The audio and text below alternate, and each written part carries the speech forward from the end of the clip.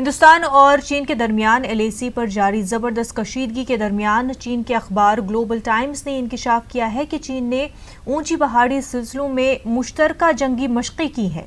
इस जंगी मशक़ में advance tanks, तवील फासला तक मार करने वाले तोप, जमीनी और फजाई मिसाइल सिस्टम और फौज के खुसूसी दस्ते शामिल थे।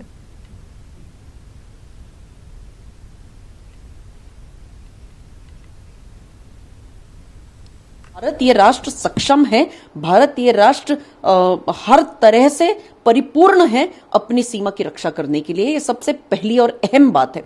दूसरी अहम बात ऐसी है कि पूरे देश, पूरे विश्व ने अब चाइना के साथ किस प्रकार डील करना चाहिए, ये क्योंकि सब ने देखा हुआ है कि चाइना ने किस प्रकार धोखा किया है भारत के साथ। आप बातचीत कुछ और करते हैं, बातचीत में तय कुछ और होता है चाइना और भारत के बीच, और चाइना उससे धोखाधड़ी करता है और उसमें अपना असली चेहरा दिखाता है। कि अब चाइनीज को पता चल गया है कि अगर उन्होंने शहद की मक्खी के छत्ते में उंगली डाली है तो फिर उनको खामियाजा भुगतना पड़ेगा, और वो भुगत रहे हैं। ये इस बात को जाहिर करता है कि ये जो कॉन्फिडेंस बिल्डिंग मेजर्स हैं, इसमें बदलाव की ज़रूरत है। अभी ये सिर्फ कहना कि गोली नहीं चलेगी ये काफ़ी नहीं है, क्योंकि गोली नहीं चले और हाथापाई में ही अगर इतनी जानें चली जाएं तो वो कोई कॉन्फिडेंस बिल्डिंग मेजर नहीं हुआ। तो मेरे विचार से अभी इसको ऊपर काफ़ी चीज़ें गौर करने वाली हैं। 20 के करीब जवान शहीद हुए और उनके 43 के करीब जो है कैजुअल्टीज हुई। उसके बारे में इंडिया ने, भारत ने उनके सफीर को बुलाकर ये रिटर्न दे दिया है कि आप ये जो कर रहे हैं ये बहुत गलत है।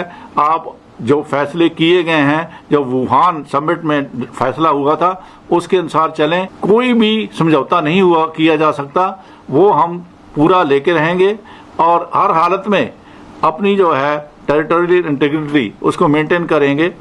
हमें जो लाइन ऑफ एक्चुअल कंट्रोल के बारे में जो हमें जो ख्याल ये है, हम तो समझते हैं कि चीन इसको पार करके आए हैं, और हमारी तरफ से मैप से, एयरपोर्ट की तरफ से हमें बिल्कुल पक्का ये यकीन है कि लाइन ऑफ एक्चुअल कंट्रोल कहाँ होना चाहिए।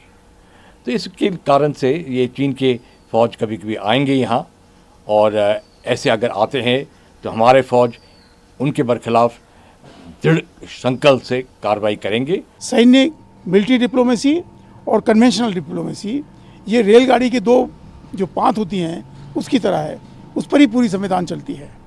इसलिए हमारी डिप्लोमेसी जो है, हमारे कूटनीतिज्ञ हैं, हमारे परराष्ट्र मंत्री हैं, हमारे परराष्ट्र सचिव हैं, हमारे राजदूत हैं, वो तो काम कर रहे हैं, वो करेंगे उसमें। लेकिन इसी के साथ साथ में भारतीय सैनिक व्यवस्था ने भी कभी भी अपने आप को ये नहीं सोचना चाहिए कि अब डिप्लोमेसी ही सब कुछ कर लेगी, ये नहीं हो पाएगा, आज तक कभी नहीं। दोनों तरफ काफ़ी हताहत लोग हुए हैं। हमारे बहादुर जवानों ने भी कड़ाई के साथ वहाँ पर अपनी सीमाओं की सुरक्षा की है, मुकाबला किया है। पर हम ये ज़रूर कहेंगे कि भारत की सीमाओं की सुरक्षा पुख्ता करनी चाहिए, और ऐसा मेरा पूरा विश्वास है कि हमारे बहादुर जवान इसको निस्संदेह कर रहे होंगे। आज भारत के लद्दाख चीन बॉर्डर से जो खबरें आ रही हैं, जिसमें हमारी फ़ौज के एक कर्नल और 2 सैनिकों ने अपनी शहादत दी है, इस प्रकार की घटना को ये देश कभी बर्दाश्त नहीं करेगा। ये चेतावनी चीन को समझनी चाहिए। आज देश एकजुट है।